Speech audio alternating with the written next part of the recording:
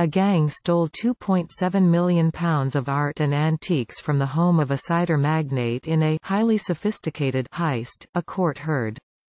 Antique paintings and silverware were snatched from the sprawling home of Esmond Bulmer, 82, of the Bulmers cider dynasty, and his wife Susan, 76, and vanished for nearly a decade. The court heard 3 of the 11 in the dock took part in the raid and threatened to pour bleach over house-sitter Deborah Brangham after tying her to a banister. Prosecutor Stephen Mooney said Ms. Barnjum secured the house on the evening of March 20, 2009, and had a bath before letting Echo, the family dog, out through a side door at about 10 p.m. As she did so, she saw 3 shadowy figures in the doorway as if waiting for this very moment, he told the jury. One man stepped forward and physically carried her into the house. He said, "If you keep quiet I won't hurt you, down on the bed, down on the bed." She presented no threat, a lone woman in an isolated house, and yet her hands were secured with plastic ties.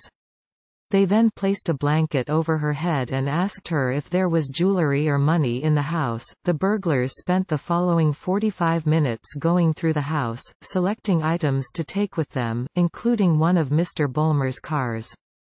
Mr. Mooney said the ties were brutally, unnecessarily and cruelly tight, and Ms. Barnjum was left terrified as the burglary took place around her.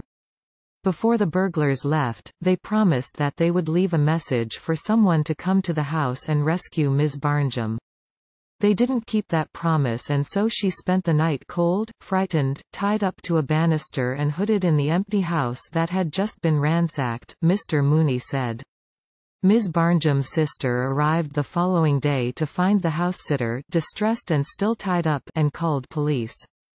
The ties had been applied in such a way that they interfered with her circulation, and as a result of being left overnight she has injuries that still impact her day-to-day life, the prosecutor said. After she had been released, she noticed that some paintings had been taken from the walls and that a safe was missing. The gang allegedly fled with 15 paintings and a pair of silver candelabra, as well as a safe containing £1 million of jewellery loaded into the boot of the Bulmers Mercedes, the jury heard.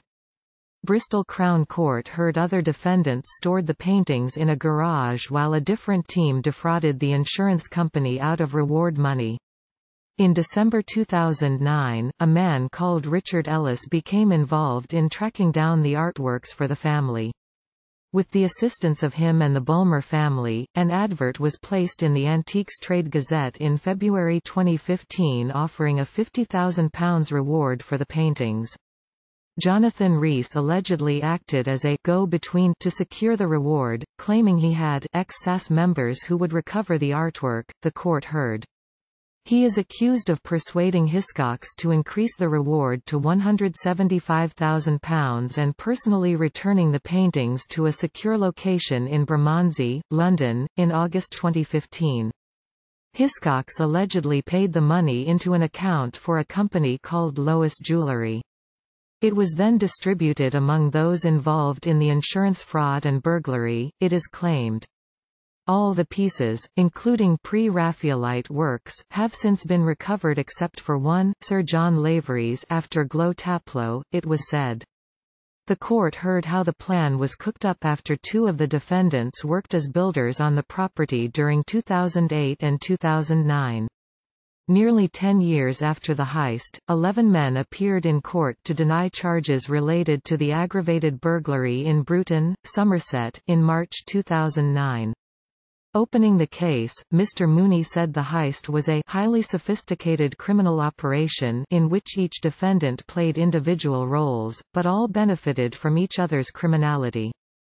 Mr. Mooney said, this was a sophisticated operation only uncovered by detailed police examination.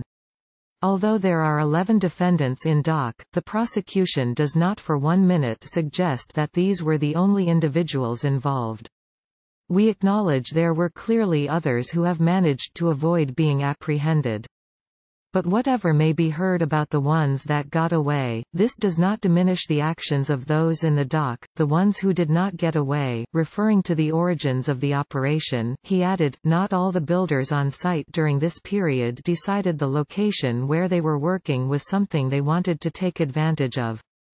But at least 2 of them did, and these 2 builders planted the seed for others to nurture and grow. As to this being a very soft and lucrative target, the court heard how 2 of the defendants worked as builders on the large country house during 2008 and 2009 and decided to take advantage.